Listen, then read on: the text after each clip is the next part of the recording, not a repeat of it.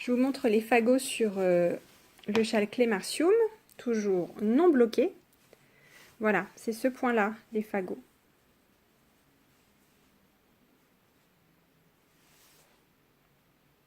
Voilà. Je vais vous montrer comment faire les fagots. Donc les fagots, dans le châle Clémartium, c'est ce point-là, c'est-à-dire c'est d'abord, hop, allez, vas-y, fais le point, fais le point. Non, pas envie. Voilà. Donc, on a tout d'abord fait un rang de mailles allongées. Donc ça se fait sur 2 rangs, des jetés sur l'endroit qu'on lâche sur l'envers. Et sur le rang endroit suivant, donc le 3e rang, on forme les fagots. Donc on enveloppe les mailles 3 par 3. Et on refait des jetés dans le même rang pour pouvoir avoir des mailles allongées sur le rang suivant. Pour qu'on ait nos fagots qui soient au milieu de 2 rangs de mailles allongées. Voilà, donc pour former un fagot, on passe le fil devant, première étape. On passe 3 mailles, c'est 3 mailles par 3 mailles, donc 3 mailles sur l'aiguille de gauche. On passe le fil autour et derrière, on remet les mailles sur l'aiguille de droite. Non, c'est l'inverse. Ça, c'est l'aiguille de droite et ça, c'est l'aiguille de gauche. Excusez-moi.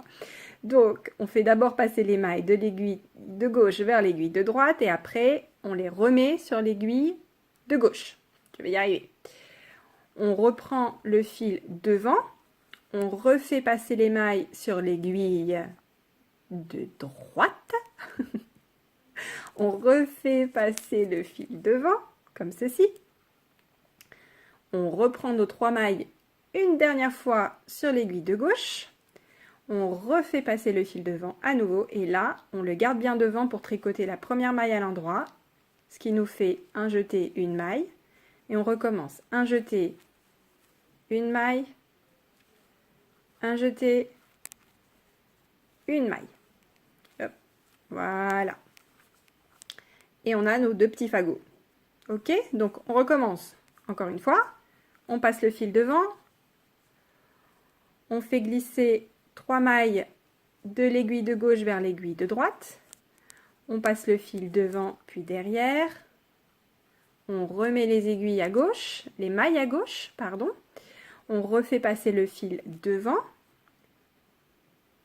hop, les aiguilles retournent sur l'aiguille, les mailles, je ne vais pas y arriver, les mailles retournent sur l'aiguille de droite, oui c'est ça, on repasse le fil devant et derrière, et on remet les 3 mailles sur l'aiguille de gauche une dernière fois et on repasse le fil devant pour pouvoir faire jeter maille endroit,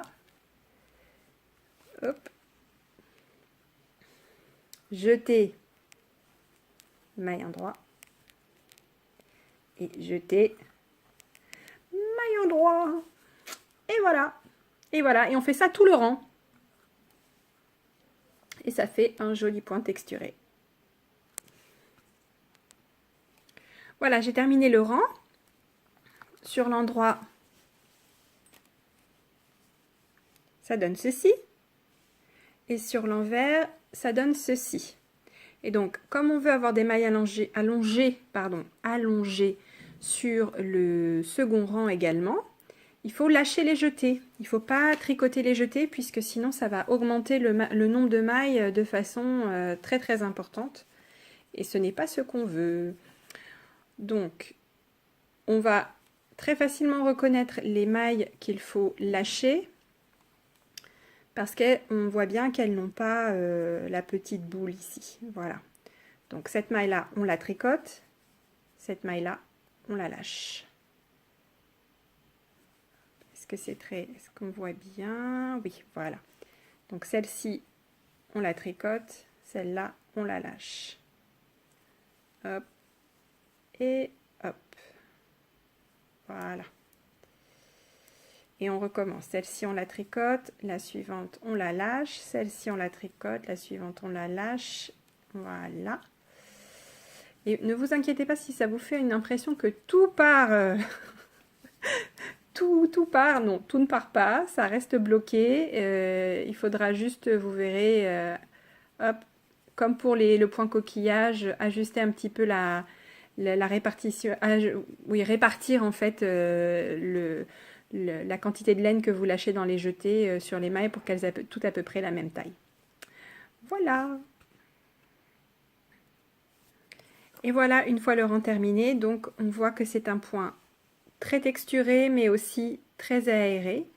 Et là, en fait, tout simplement, quand on fait le rang sur l'envers en lâchant les jetés au fur et à mesure, la tension se répartit toute seule. Et on arrive à ce résultat. Voilà, merci.